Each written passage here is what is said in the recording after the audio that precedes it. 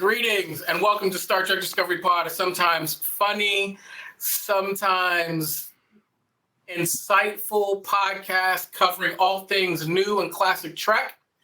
I am your interim acting captain. There you go. Clyde Haynes. And Paul, I want the podcast to go fast now. Now, booyah. Okay, much like our current episode that we were reviewing, our captain is taking a side trip, and she'll hopefully be here in a couple of minutes. But the show must go on, so here we are. Right, Myrriah will be with us in a little bit, but tonight we're going to be reviewing and discussing. I'm so excited! The premiere of season 2 of Strange New World, The Broken Circle, directed by Chris Fisher and written by Henry Alonzo Meyer and Akiva Goldsman. But first, a few reminders. Paul, can you remind the listeners where to find us? Okay, let's see if I can do this without messing up. Hey, listeners, oh no, I already messed up. Hey, subscribe to our podcast on Apple, Spotify, YouTube. All links are at StarTrekPod.co. And if you love our content, please consider joining our Patreon for just $2 an episode, patreon.com/StarTrekPod. Right, and if you're watching us live tonight on YouTube, please participate in our live chat. If you have a comment or question you want us to address on the show, just type capital P, capital O, capital D, capital Pod in all caps in the chat before your comment, and we'll take it out. And in a minute, we'll ask you a question. You'll know what it is. Just type capital H, capital F, capital HF in the chat, and we'll know what your thoughts are about the show. All right. Now, we can pretend to have a warp core meltdown, or we can dig into some, you know what it is.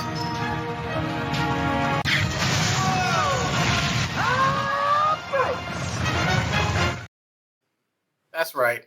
Some hot frakes. Hot frakes. Oh, I'll turn it to you first, man. Premiere season 2. We've been waiting for a long time. Yes, some people say I'm coming in a little hot. I assume they're talking about my mic.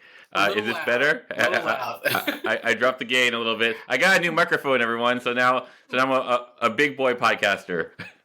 So let me know if this sounds correct or that. But I have to say, it's a great show. And something I was noticing about it was it's a good looking show. Yes. I mean, it is good looking. Disco, everything, all of them are great. But for some reason, this show looks particularly hot. I think they've just perfected the art. Oh, she made it. Thank God. Woo. Nice. All right, I'm gonna go back to the science station now. Myrriah can sit in the big chair. That's right. Anyway, so I think it just looks so good. They have great colors and great shadow and light. It just looks so good. The cinematography is great. So yeah, and that's one of the first things I noticed about this episode. I was going man, they're just not pulling the stops. It looks beautiful. And the story's great. Space battles, choo choo. Everything was rocking for me. Are we on hot frakes? We're on hot frakes. We are on hot frakes. Myrriah, you want to jump in and give us your hot frake? I mean, my hot frake is it was great. It was I was excited to jump back into this world. I was really excited to watch Chapel and Omega have just a lot of kick-ass moments. I love a good hand-to-hand combat scene. Uhura's away mission outfit was to die for. And I'm excited about a little love a brewing between Spock and Chapel and seeing where that goes. So I feel like those are my hot frakes. You've been shipping Chapel and Spock for a while now. I mean, I'm all for a little love triangle moment, but ultimately I also hope it's just everyone grows from the experience and I don't know, a little crush is fun, right? Crushes are fun to watch. They're fun to have. It's cute to see. I'll say I love this show. I knew I liked the show, but I love it. I absolutely love it. And I think the more I thought about this episode, the more I watched it kind of the second, third time, I liked it even more. And the reason why was very simple. One, okay, so one, if you guys have been watching or listening to the pod for any length of time, you know there are a couple things that I love. I love a good team up. I love space battles. I love ships fighting. So I got all of that in this one. And but what I realized is that, even though I'm always disco. I'm always disco. This show has given me the thing that disco hasn't given me. And that is a true ensemble. And they were like, the ensemble was so strong is that they said, look, let me tell you how strong the ensemble is. We're going to take our two biggest stars and not even have them in the premiere. And not even have them in the premiere of the second season. That is a serious swag move to go. That's total how strong flex. We are. Flex move. It's a total flex. It's a total flex. And you know what? It worked.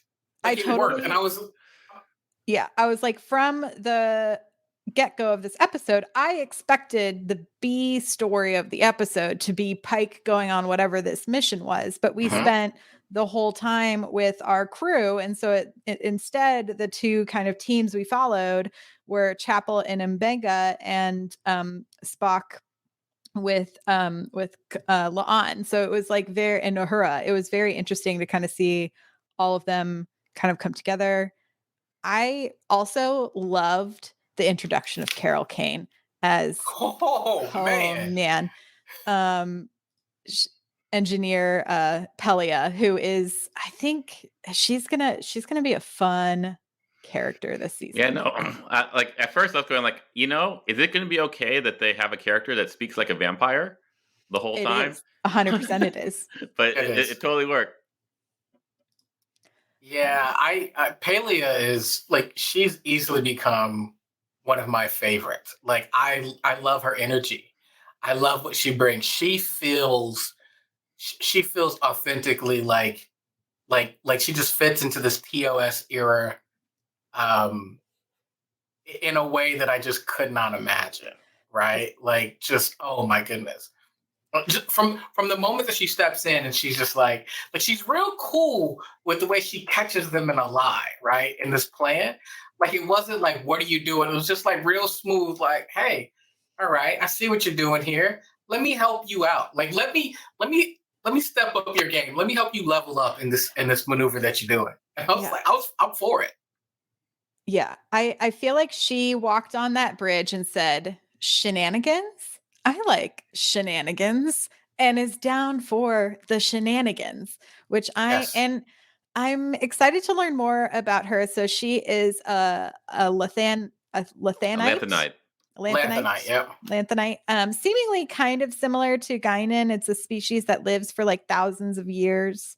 But I did a ton of digging, like a vampire. I mean, it makes sense if you've had to have different accents to like exist in a world for a long time. They all sort of blend together, very Matt Berry from What We Do in the Shadows. Yeah, totally.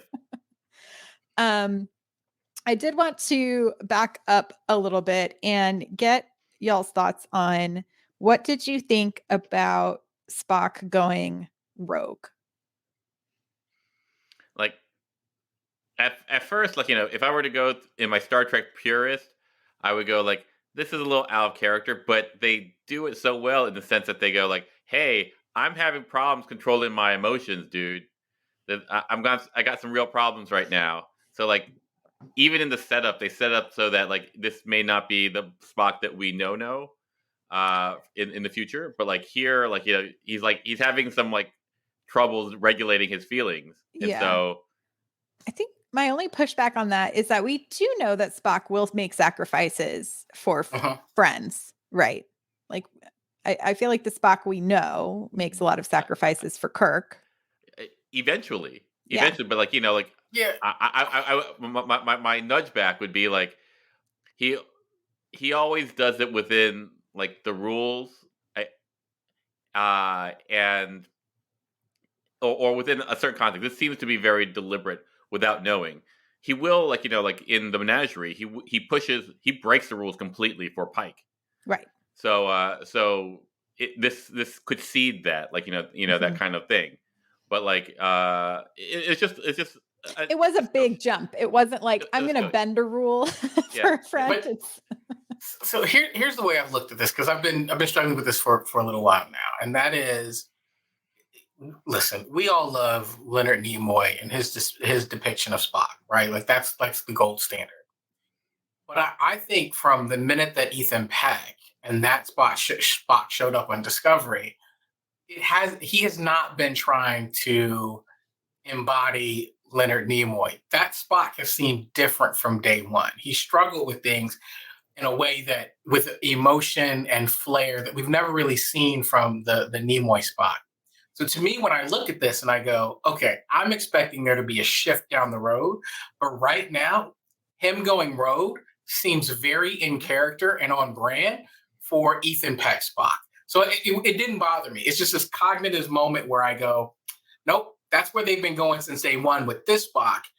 Something has to happen for him to become that Spock, because 10 years that down the Spock line. is different from this Spock. Yeah. It's 10 years down the line, right? Mm-hmm. 10 years. Um, He gets a puppy, and that puppy gets lost, and it changes him forever. I mean, And it he becomes happens. a Vulcan guitarist. I Yes. yeah, and I have a controversial statement to make. Uh-oh. Hot, It can't be Myrriah. any more it can't be more controversial than Chupi saying that it's all about the women. That's what does it to Spock. I mean, Is it? I feel that in my bones, Spock. I get that. But I think my thing is with and it could just be I'm tired of like bros on the internet, and this is like seated within that hatred. Uh-uh. Is if the story is good in what I am watching, I kind of don't care about canon. I co-sign that. Wow. You I have will. control. I will co-sign that. Because Wow. my thing is like if we are to grow and change and use like the ideals of Star Trek, and I think that is at the core of all of new Star Trek, ultimately, if the story is good, if I'm enjoying the show, if it feels like the values of the world has been created, like to me, it's like beyond canon. It's like, what are the values of the universe that have been created? I I kind of don't. It's fun to play with. It's fun to play with. It's fun to talk about. I understand it from that perspective, but it's like ultimately that's not my number one thing that I'm going to nitpick. I'm gonna say with For one me. caveat though. I co-sign that with one caveat. Not if you're reusing old characters, right? But So why for not? We me, reboot stuff all the time. There's no, reboots of that's not. everything. That's not, and I'm not talking about a reboot. So let's take, like, you want to take a new version of Spock and do something different with it. I'm all for it.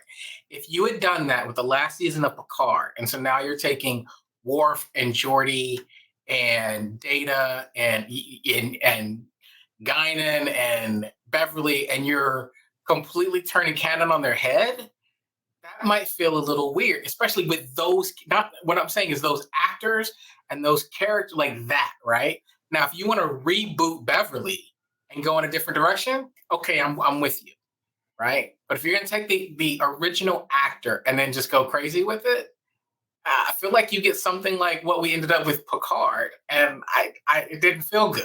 Like it just didn't feel that great. Yeah. I don't know. That was my hottest of hot freaks to deliver today. Wow. Okay. Because I think I'm scorched.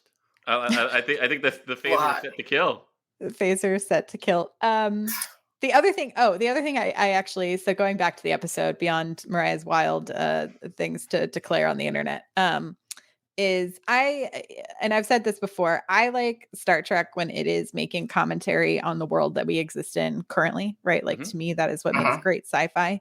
And so I thought it was a great opening episode to do probably I think a very common theme that happens a lot in like war-torn sci-fi, which is like the idea that war machine, there's profiteers, people profit from wars, right? And ultimately it just hurts everyday people. So I thought that was a really Uh-huh. interesting theme for them to pick as like the opener for season 2, right? They're like, here's our morality. play for this episode, which is there's a group of people who want to be making money off of war, so they are really dedicated to reigniting the Federation v Klingon war. So yeah, what did y'all think about that? Well, I see no similarities to like Ukraine or anything.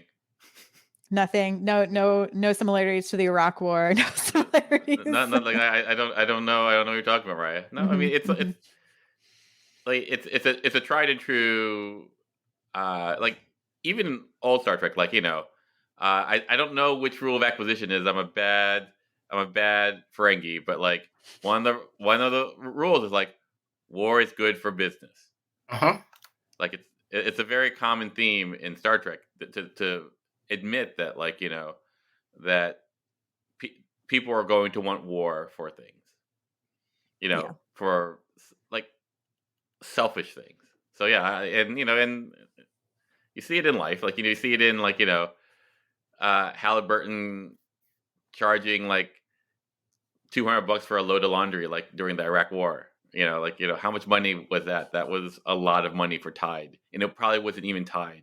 It was probably Kirkland. Definitely. Oh, can it Kirkland? It did. Yeah, like $200 a load. That's wild. Look, when I'm not podcasting, I'm in the education field. So of course, I love what I consider the edutainment. Right? If we can learn something while we're being entertained, while we're seeing theater, then to me, that's the best of both worlds.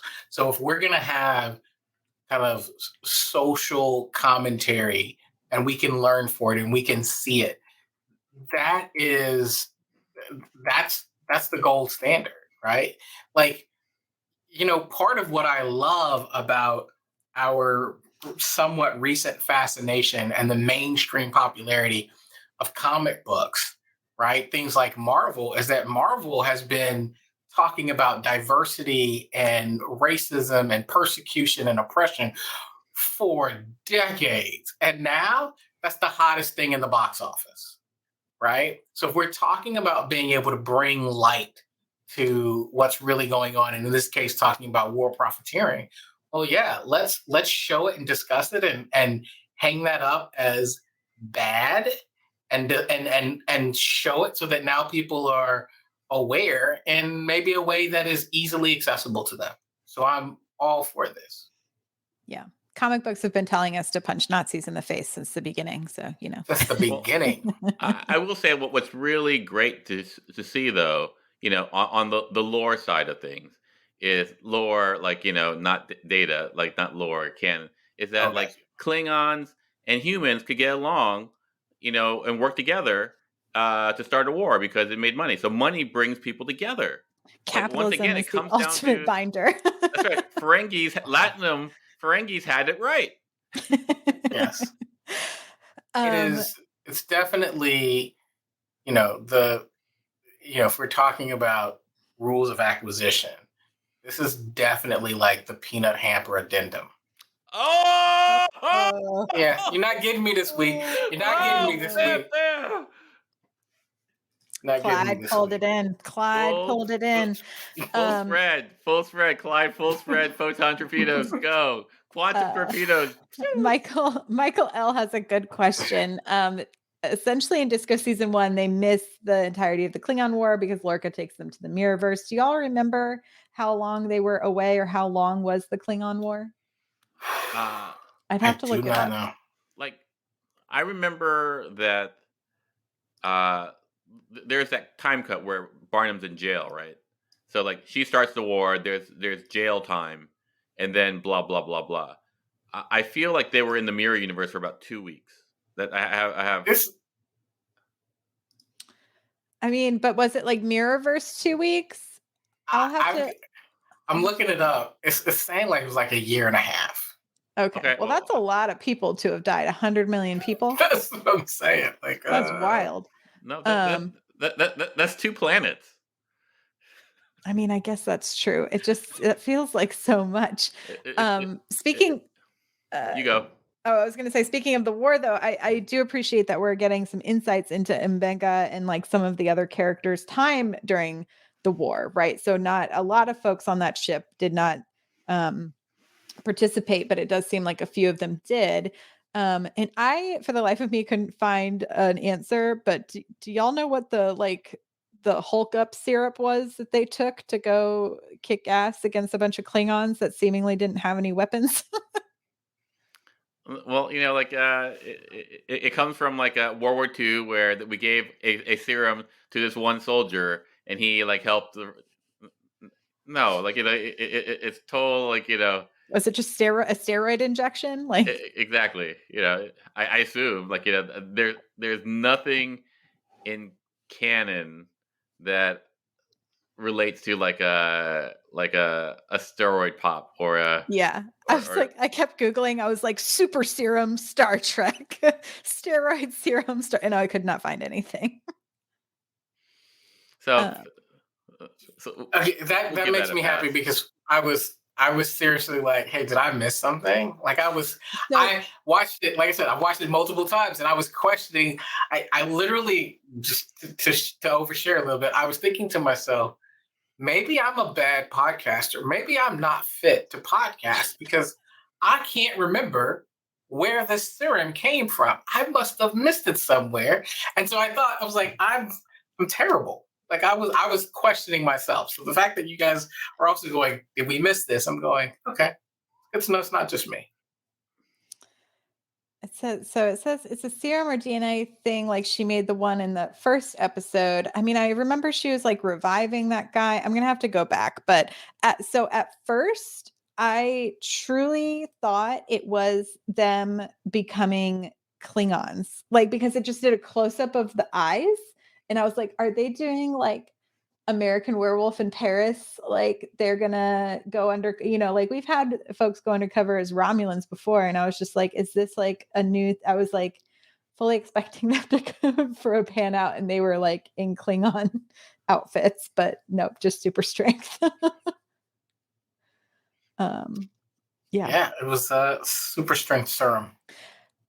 So Babs, who plays Mbenga, apparently is really great at jujitsu. And so at the end of last season, they couldn't believe they hadn't given him any fight Fight. scenes. Yeah, no. And so Paul, I had to ask you, what did you think of Mbenga's fighting as someone who also does jujitsu? Like jujitsu is mostly on the ground, right? So like he did not go to the ground once. So like his jujitsu is undetermined as of this point. You Well, know, there was like I felt like there was like a leg hold like slam over at one point, but but like you can see that he has trained. Like like I was talking to my wife about it and how I go like, oh, this is a really long fight sequence. It's like really long, and and it's not done so well that you think of like, oh, this is Crouching Tiger, Hidden Dragon. It's like like you didn't have months to train for like like one hallway scene, right? right. So like what I was describing, like it looks like uh pretty good stunt choreography fighting, and and you can see the way that the doctor moves, that he has training. You can see how Nurse Chapel moves, that she tries really hard. And that's not a dig. That's not a jab. Like like you only have so much time. Like and I can guarantee you that Nurse Chapel, she wasn't training 8 months to do martial arts.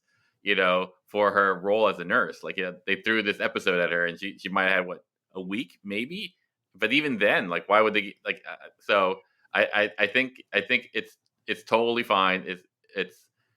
It services it without being. I mean, I do feel like if I had my druthers, because I am a little bit more canon based than you, Myrriah, if we could have like a double fist, That would be fun. Yeah. or a running flying kick, a Kirk flying kick. Maybe that's patented. Maybe Mm. it's trademark pending. I don't know, but that would have been nice.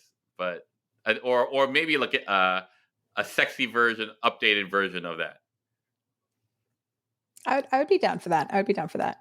I on the flip side, I did really enjoy watching Uhura get lots of fun like space espionage linguistics moments in this episode, which I thought was like a really nice highlight. And I got a little like misty-eyed at the dedication to Oh my Nichelle god, me Nichols at too. the end. I was like, oh, it's like Hailing frequencies open forever. Ah. Uh, I was like, oh, especially because, like, yeah, at the beginning of the episode, when she's like determined, like, no, our hailing frequencies have to remain open. I'm going to set up a second comms channel while you're shutting this down to do like updates or whatever. I just like so really this is my enjoyed it. station. Back off, man. Like Yeah.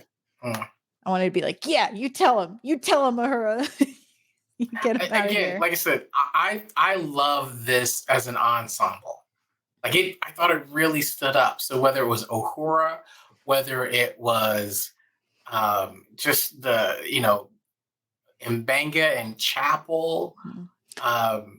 it I just thought La'an was also super fun in this episode. Yeah. Like, what a well, banger way to come back in for the season, just like Yeah. chugging blood wine against a Klingon, like it's an Indiana Jones movie and you're taking them down. I was into it. so I've decided to just admit it and roll in. I'm really feeling Leon. So it's one of my favorites. I'm just gonna have to admit that and be honest about it. So every scene, I'm just like, yes, she's great. Yeah. So Her fake So I have a gadgets. question. Yeah. So you have Ortegas, and what does she do? she's amazing. She fly like she What's her literally job? spills. Oh, I love Ortegas. This isn't me. This is Yeah. me. I'm asking, what's her job? They're the pilot. helm. Yeah, Great. she's on the helm. She's on the helm. Jenna Mitchell, the girl on the other side of Ortegas. What does she do Yes, then? she's Weapons. the con. Yeah. What does that mean?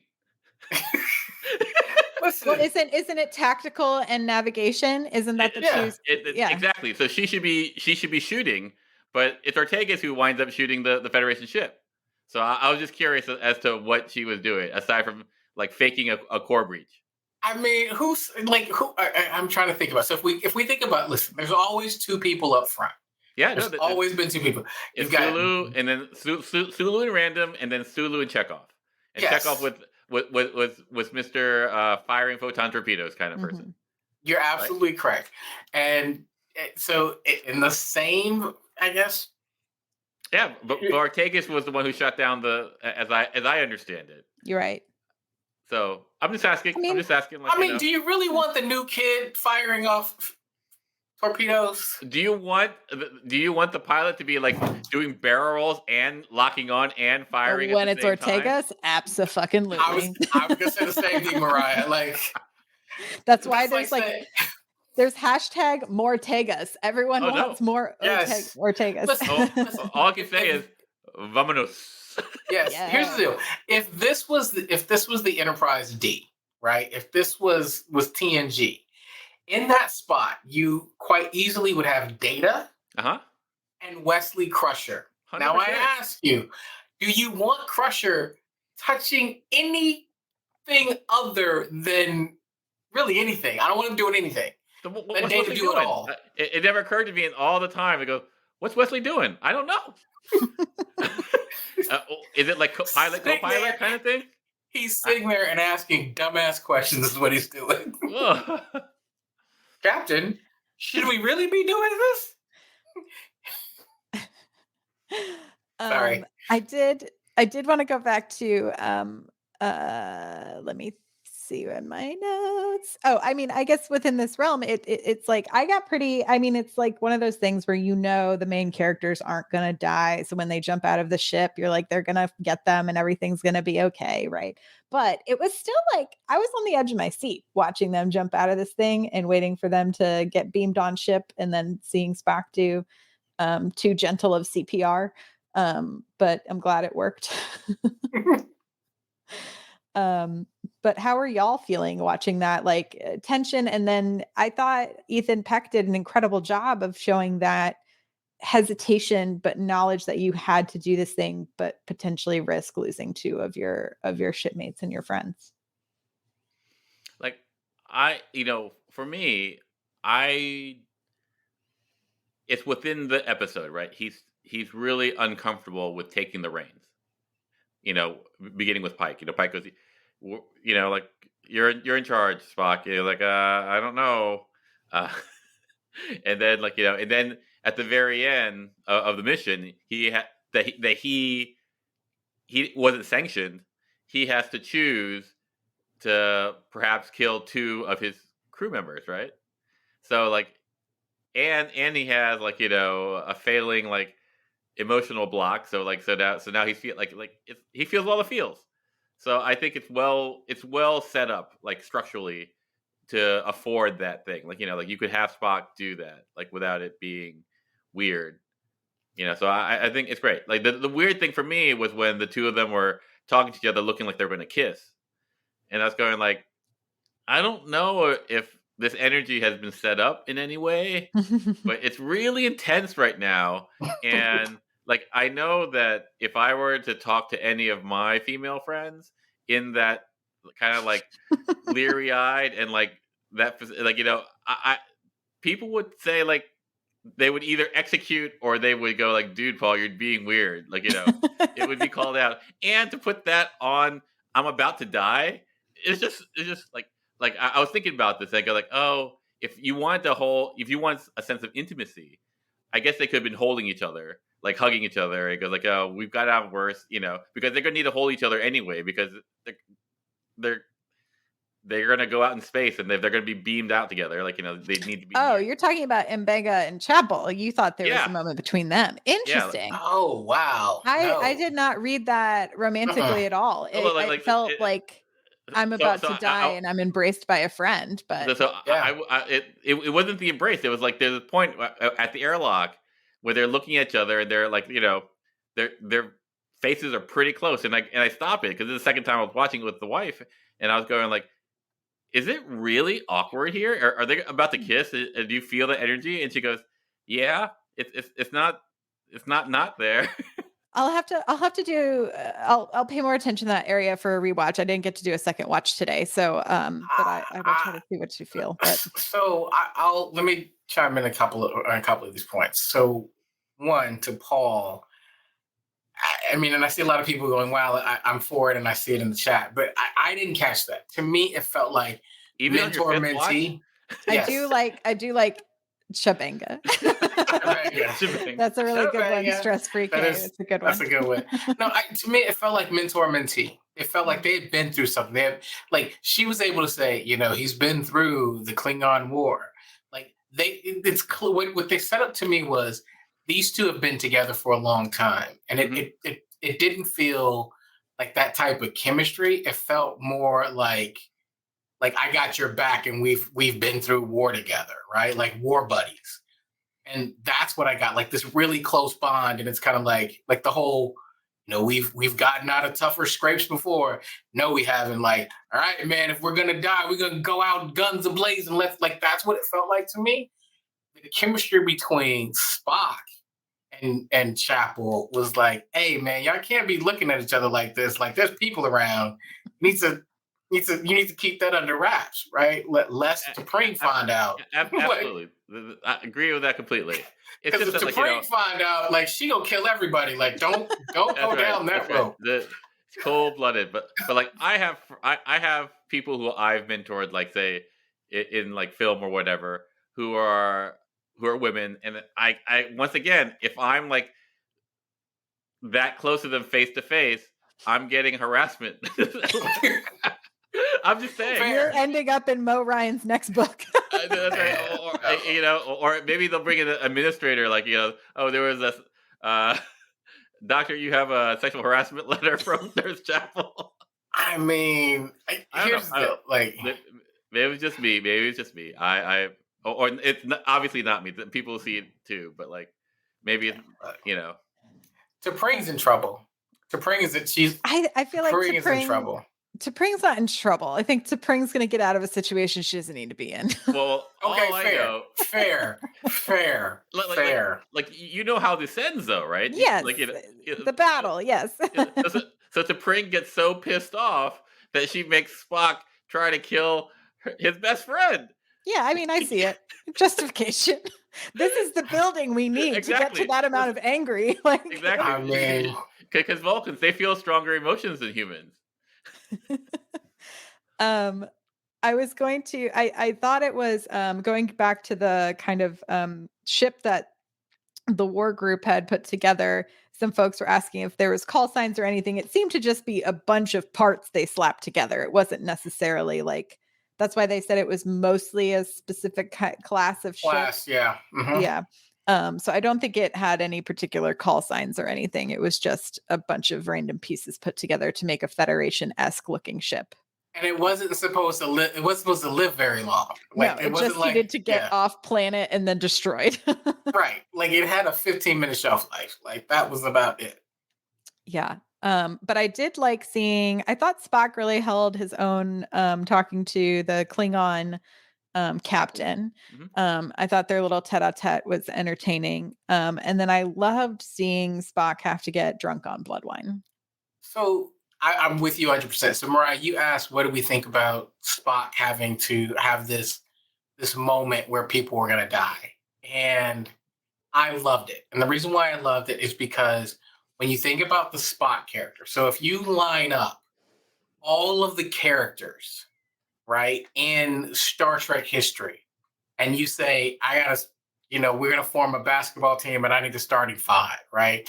Or you want to talk about a Mount Rushmore, or any of the what Here's you want to do, $15, build your crew, and everyone has a different right? value. Yeah. Whatever it is, Spock is in that top tier as characters go. And so when you think about what we love about Star Trek characters, what we love about captains in particular, right? And what we love about first officers, if you're building your bridge and you go, I need a first officer, right? If you're bringing like if you said, okay, you're captain on a bridge, you get to pull people from any Star Trek genre or era that you want, and Spock is not in your crew, shut up. Right. And so I'm looking at this and I'm going, he delivered exactly what we would expect a first officer who could be captain do. He and flawlessly, you felt the energy of I may have to kill my colleagues, my crewmates, right? But I will do it because this is what captains do. You sit in the seat, you do this. You don't, I can't do it. That's not what you do. You make the hard decisions. That's what you do. And Spock did it incredibly, even when one of those people was the person he wants to be his baby mama. Like, I'm just saying, he did it anyway. So I don't know if he I'm goes there that for far, but he definitely wants to make out with that face. it. It's a good I- face. Did. It is a good face. If you had to pick though, in that like creation of your bridge, if you had to select between Spock and Riker, who are you picking? You can only pick one. Spot. I'm going with Spot. What? That's not the answer I thought I was going to get from you, Clyde. But I mean, look, I like Riker. Riker's great, right? And if you need somebody to infiltrate, a kingdom where the weak link is a cute princess, Riker's your man all day, right? If you need someone, but apparently Spock can do it too. yeah, but if you need James Bond, Riker's your dude, right? But man, Spock has just got a lot, like he's just got a lot of tools in his belt. Like he's been doing this for a long time. He's just if I have to choose, I'm going with Spock. Now, if you really push me, I'm gonna put Spock at science and have Riker in the chair if I had to, right? Because that's the other thing. I feel like Riker's got no other utility other than like first officer. Like I'm going to disagree with you, Clyde. Shocked I am. A shock, and I love Spock. I love Spock. I think Spock. I think one of the reasons why my wife loves me is because I remind her of Spock. So, but like, I think I love Spock because he's a great science officer. As far as leadership, I think he is okay. But Riker, and this is not something that I would. I'm this off the top of my dome right now. I'm not, but Riker, he is backup leadership, right? Here's Picard. Picard has a certain leadership style. It's not going to work all the time. Riker has a different style. You cover your leadership bases, and then you have your science officer. Like like Una doesn't have another role. Like it's a weird thing that in some ways that TOS Spock has to do double duty because he isn't human because he has to be science officer and first officer. But right now Una is the first officer, right? There's Pike. Historically that's what the roles are. But not historically, but but the roles are here we need this chain of command of leadership, and at some point leadership is the only job that you'll have to do because science or you have Jody in command only when things break down. But everyone else has done their job. The first two head positions are I gotta make sure that the ship comes home, and everything else has in case it's president, vice president, right? Right. There is a president and vice president plus secretary of state. Those two don't share the same job. So there's always this part of me that's like, how much of your nerddom do you really want to reveal? All of it, Clyde. It better be all of it. Okay, so I've done the role playing kind of RPG fan fiction type deals where you play characters, and I've actually held the position of executive officer, first officer, and there's more to it than just backup, right? Really what it's supposed to be, if you're thinking about what it is you're taking care of the crew. So you're the one doing crew assessments and you're setting duty rosters and stuff like that. You're doing a lot of the I don't want to say admin, but I was like, you're doing HR. I was like, Clyde, is this just you telling us when you role play, you're still playing yourself? I mean, yes, it is, right? That's who I am. Damn it. Don't HR shame me, Myrriah. Yeah, I'm not. I just think it's funny. To your point, though, to your point, if you're looking for someone to be that HR person, that chief of staff person, that's not Spock's role, right? So that's probably not a great role for him. So you're walking back what you just said? I mean, listen, no, listen. Kind of, but not really. I'm still going with Spock. Spock is still with Spock.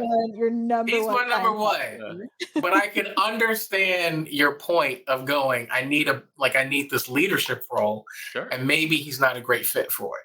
That doesn't mean I'm not putting him in it because I just need that dude on my bridge. Yeah, no, it all comes down to chemistry, right?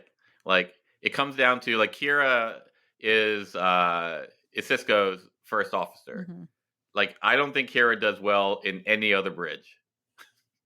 Well, yeah, I think it's that balance. It's the captain and the number one have to almost be sort of very different leadership styles in order to complement to cover all your bases. That's right. Right. Well, exactly. It's interesting though, because also in Discovery, right, your first officer has another job. They're typically your science officer, right? Burnham was a science officer. For a while before she was moved up to number one, and then Saru eventually moved into captain, right? It's these different they all have their different backgrounds. I mean, Janeway was a science officer before she became a captain. Isn't Burnham a anthropologist? Yeah. Xenoanthropologist, yeah. Yeah, she was a science officer prior to becoming captain. Okay. Speaking of scientific studies, can I just say I've missed talking Trek with you guys, real Trek. This is listen, Picard was great. I really did enjoy season 3, but this, I'm really excited about Strange New Worlds. I'm up for our conversations for the next. Yeah, it was I feel fewer weeks than I want. Yeah. I feel like they read our minds in a way too, because they're first episode, we're going to give Myrriah an alien planet. We're going to give Clyde a bunch of space pew-pews. We're going to give Paul love triangles. Love triangles to talk about. I was trying to think of what's been your thing. We're still figuring it out, Paul. Yeah, I'm complex. I got a lot of flavors. You got more than one thing is your thing. We respect it. Yeah. But a very scientific question I have for y'all is how much blood wine can you consume? Do you think you could consume? I'm gonna be honest, not that much. Like Canon, I'm lightweight. like canon is that blood wine is twice as potent as whiskey. Oh, so then I can have a half a glass. There you go. You know, like I might be down for. I could probably have a shot, and then I'm done for the night. Yeah. I did like seeing hungover Spock essentially trying to get out of trouble with Commander or with Admiral April. like. So Is it me or was April being a bit of a jerk? Like in this episode. I mean, but he kind of had to be. They were being very secretive because that Gorn ship is approaching. Yeah, but here goes like, hey, here's this like we're your A team. Like let's But they face it, did steal the Enterprise. well no, but but eventually, like his hand was forced. But in the beginning, like Spock goes, hey, they're the threat to the Federation, and April goes like, let her figure it out. Well, I think because he saw that Gorn ship coming and was like, I can't have this ship gone. Fair. But here's the thing that's interesting to me is that feels like this is pre, like the internet is. I mean, the Enterprise is that badass flagship. Like, if you think about it, this is when the Enterprise doesn't have a whole lot of like street cred. That's what I'm wondering if they're putting. But oh, go ahead. I was just saying, it's got some, but by the time we get to like TNG, the Enterprise, the name alone is like flagship. It carries so much weight that you're like, oh, that's the Enterprise. This is even before Kirk. Like the Enterprise, like you might as well called it the Ramada Inn. Like it's just a name of a ship. Like Ramada Inn is a nice and affordable place to stay. I'm not. It's reliable. It is. It's reliable. I'm just saying. I do think, though, I'm wondering if the updates, because they are having the ship I'm wondering if they're putting in some better weapon systems with the knowledge that the Gorn are coming. I mean, based on the last interaction they had with the Gorn, I would hope so. Yeah. I mean, something. I saw a lot of chatter today online about, so like, and I need to do some digging because it could have been taken out of context, but Akiva Goldsman essentially talking about how the Gorn is just evil monsters. And a lot of people are like, that's boring Trek to just like the Gorn should have, they are complex beings, right? Because they were like, essentially, if you take away the idea that they have any moral compass or something, then you're just getting like the Star Trek version of Alien in space. Mm-hmm. Sure. And fine film though. It was a fine I was like, you're really not selling me as this being a bad thing. Someone who loves the movie Alien. But the problem with that is what exactly? Right. But I also understand the point of view is that typically like you're using these different species in Star Trek as metaphors for things about humanity. Right. And so it's like, then that creates the argument, are there truly just evil, unredemptive people? Yes. You have one of them on your podcast. Oh, thanks, guys. I was going somewhere else and say one was president for a while. Right. And so I think that is also interesting to me, is like there could be that discussion. But yeah, I'm interested to see where they take the Gorn this season. I think like ultimately, if I were to prognosticate, like they're like, how should I say it in this way? They say that 5% of the population are psychopaths, sociopaths, kind of thing. Did you do this math, Paul?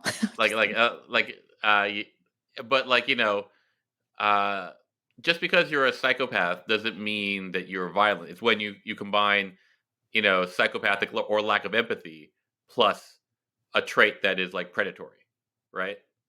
And so, like the problem is like, systems with power, like whether it be Fortune 500 companies or like, or government, like, those have 10%, psychopaths, because they do very well and they generally are drawn to control.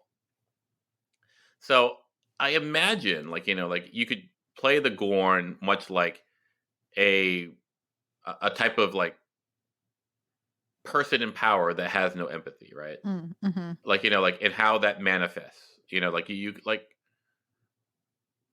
for all of it, I think lizard people in science fiction or fantasy have always been uh portrayed as like alien than mammals, because oh, imagine something as smart as a mammal but has no compassion and no Mm-hmm. almost They're robotic in that way. cold-blooded.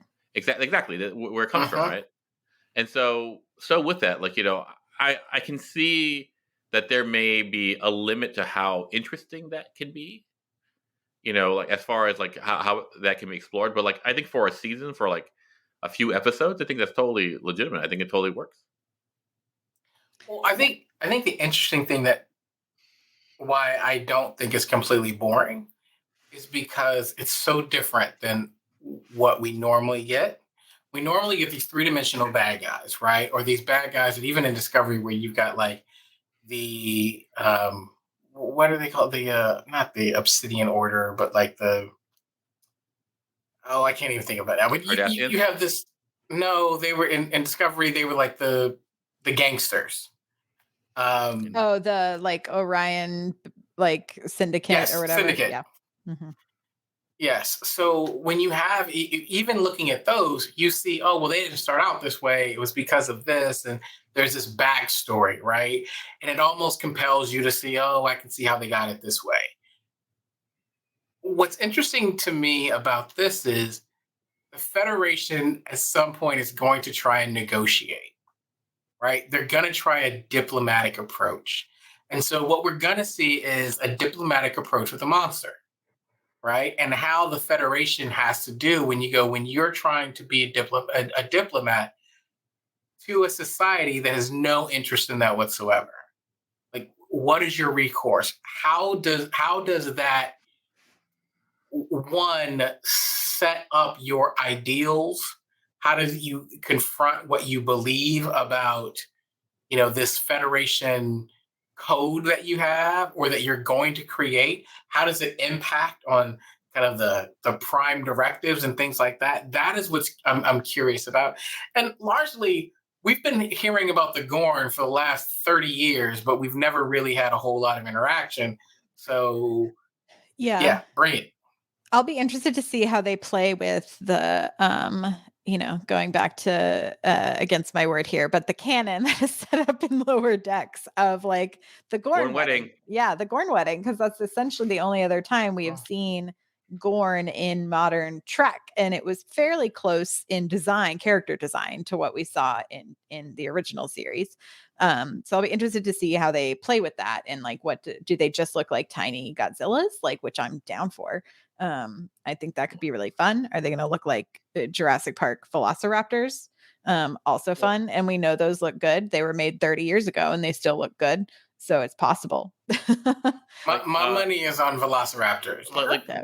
There's a Gorn in A Mirror Darkly in Enterprise, the second to last episode of Enterprise, and it's a little more like dinosaur-esque person. Yeah. Yeah, another way you could look at it is like there isn't actually even the Borg, like there isn't actually another species that the Federation has met that would view the Federation as prey. Like it's a completely predatory system, right? Like to the point where like they use you as hosts, kind of thing. Right. So like there's nothing. They don't, even the Borg would go like, oh, we want to add your biological and technological distinctiveness to blah blah blah blah. There's some value in you, but like the Gorn would see them only as like food, prey, and I think not like the way the Herodians would, but like where the Herodians have respect for their prey. Like it's a more mammalian hunting philosophy. This is just like a crocodile eating like a deer. They're like the polar bears of space. Sure. Like if that's helpful. I was like, polar bears are the only bears that will actively hunt people for sport. Yeah, well, I've often been described as a panda, but now maybe we can upgrade. Maybe it can be polar bear. Polar bear. A Oh, polar oh, Polar bear. bear. Oh no. That Oh was no. terrible. that's right. That's no But peanut funny. hampering. Based on the preview I saw today on the Ready Room, we catch back up with Pike next episode. It looks like a really fun ep. I'm excited about it. What are you most looking forward to this season? I think for me, it's going to be the horror-y Gorn episodes because those were some of my favorite last season. And obviously the Lower Decks crossover. Obviously. Yes. Like- Yes. I'm like, like somewhere along the line, Spock is gonna like make a pass at Chapel or vice versa. I don't know if it's this season or next season, but it's gonna happen. And so, like, I'm looking forward to that. Like, basically, like one of my favorite episodes in all of Star Trek is Pale Moonlight. In the Pale Moonlight, which is a Deep Space Nine episode where Sisko basically says, "I set up the Romulans to join the war by lying to them," and so he solely is the cause of hundreds, maybe tens of millions of Romulans' death. Like that's how cold-hearted Sisko is, and the whole episode is him talking straight to camera, saying like, "Yeah, here's a story. I'd do it again because I had to." Like and it's horrific, but it's horrific for the greater good. I really like episodes where people have to break or bend their morality in order to service the greater good. So I'm curious if they can do that in this season. I think for me, there's a few things that I'm looking forward to, right? So one, I'm curious who will be our first kiss of the season. Just who will it be? So kind of largely, I'm wondering where that's going to happen. Also, it's season 2, and what I find fascinating about most season 2s of a show like this is we're going to get a lot more background and detail, like character driven stories. And so I'm almost expecting or hoping that each character, especially this bridge crew, is going to get like an episode where where they're the driving force. This first episode, we saw quite a bit of, or not quite a bit of, but we've got a little bit of Chapel and some Mbinga backstory. Like I feel like we know more about them today than we did yesterday. So as we go around, so yes, I want to know some more about Mortegas. I want to know more about, Uhura. But I also think we're going to get a lot more about Una. I want more Lon, right? And I think Lon is really interesting because we haven't even scratched the surface of her genealogy yet.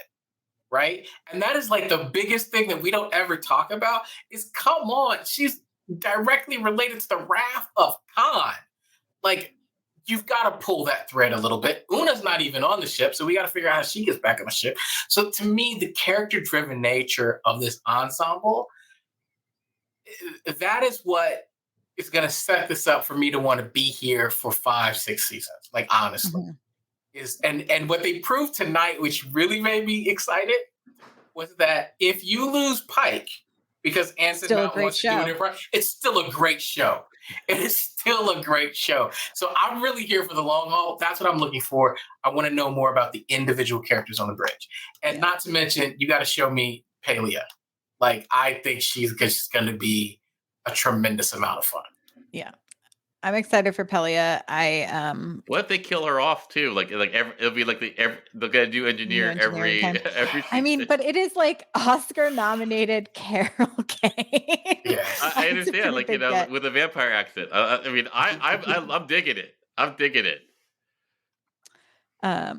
Yeah, we shall see. I hope she sticks around in some capacity, but who knows? She's thousands of years old. She could get bored very quickly because she did mention this episode that boredom is her greatest fear, and not immortality. So I thought that was interesting. So, Myrriah, quick question for you. Mhm. Do you have a favorite Carol Kane project? Oh man, I'm like, do I go down the IMDb rabbit hole? I mean, you could. I mean, I have like there are a couple that are gonna I make you mean, feel old, but like Taxi is iconic. The Princess Bride, it might be the Princess Bride is like, And she's in there for like 5 minutes. I know, but she's iconic, and, and and it's so good. yes, but if you recite any one of her lines, everyone in this world will know what you're talking about. So Exactly. I mean, that one's I'm pretty. I'm gonna go with Scrooge because everybody hates that movie and I love it. Um, That Oh, one's I pretty would great. love if Carol Kane had the line somewhere in the series goes like, "Have fun storming the castle." I mean, that would truly be amazing. That'd be amazing. would would cackle. Yeah, I'm excited. I think it's going to be a great season. This cast is great. More to come. I think that's all my thoughts for tonight. Did y'all have anything else? No, no, I think we're in for a treat, I, a good Star Trek last season. question. Yeah. Yep. Last question. All right. So typically, we know that Star Trek is known for having admirals who are sus, admirals who are annoying, right? Who they play like the big bad Sarge, the drill sergeant that you deal with, but you're like, oh man, this guy drives me nuts, right? And I know Vance is dreamy, but early on, Vance was very sus, Mhm, and mhm. no one liked him. What's your read on April? Like, where are you at with April? I And I what a I'm weird name, but go ahead. I have no issues with Admiral April right now. So far he's been trustworthy. He definitely gives Admiral energy, but I don't think I'm getting Badmiral energy at this point. Yeah, no, I think aside from being a little like it's weird because normally I feel like I'd be arguing against this, but like I was surprised that he was so anti mission. You know, without even if someone said, "Oh, our our intel says like this is a Federation ending mission," and he goes like, "Ah, go away." That seems a little weird. Aside from that, I think he's been fine. Like all of season one, he's been consistent. There's nothing sketch about him. He seems to be really wanting good things for the Federation in a way that I can understand, as opposed to being a little callous, which I feel a lot of admirals are. Hmm. Although I do miss myself, Nechayev, Admiral Nechayev. She like like the writers of TNG going like, oh, let's give Picard someone to just not like. Love it. In What about you, Clyde? Do you think April sucks? You I think don't he's think I don't think he sucks. I don't necessarily think he's sus. It's just I think what's interesting to me is You're waiting for we're, a sus. I'm feeling him out because normally because we're so far in the past, like I said, the name Enterprise carries so much weight is that every admiral that we deal with has to deal with the fact that this is the Enterprise, right? You can treat the Stargazer one way, but you got to treat the Enterprise a little bit different because the captain is almost always a rock star. The crew is the best of the best, and it's the one who saves the universe every other week. Because we're not there, he really is very dismissive about the Enterprise, like almost like you're my problem child. I wish you would go away. well, And but like in the pilot that's though, interesting. he twisted Pike's arm to get back in the chair. Pike was going to Yeah, retire. yeah, but here's the deal. He twisted Pike's arm almost like I like Pike. So I'm gonna put you on this ship. That should be fine. But it's not like he's going, I'm putting you on the best ship in the entire fleet. It just felt like, oh, The this is the ship. Cerritos. Yeah. I mean, the Cerritos is amazing. Love the So Cerritos. That would have been funny if they was like, what, is that a California class that the Klingons built? That would have been a great little nod. That would have been funny. But I think we're saving all of our Lower Decks references for one very particular episode. All right. Kim brings up a good point. The Enterprise is April's former ship, so he's probably more protective as well. Nice. Mm-hmm. Good call out. Point. Good point. I think that is it for us this evening. We've got 9 more glorious weeks of Strange New World to talk about. Very excited about it. You can subscribe, rate, and review on Apple and other places where you get your podcasts. Visit StarTrekPod.co to get links to all of those, as well as to the Patreon. You can also find their YouTube link if you'd like to join us live. It's a good time. Please do. Clyde, where can people find us on Twitter to get updates about our schedule? At Star Trek Pod. Thank you, Karen, who runs our Twitter. Love you, Karen. We appreciate you. Thank you so much to everyone. Thank you for joining us. We will see you next time. Live long and prosper. Bye-bye. Bye, everyone.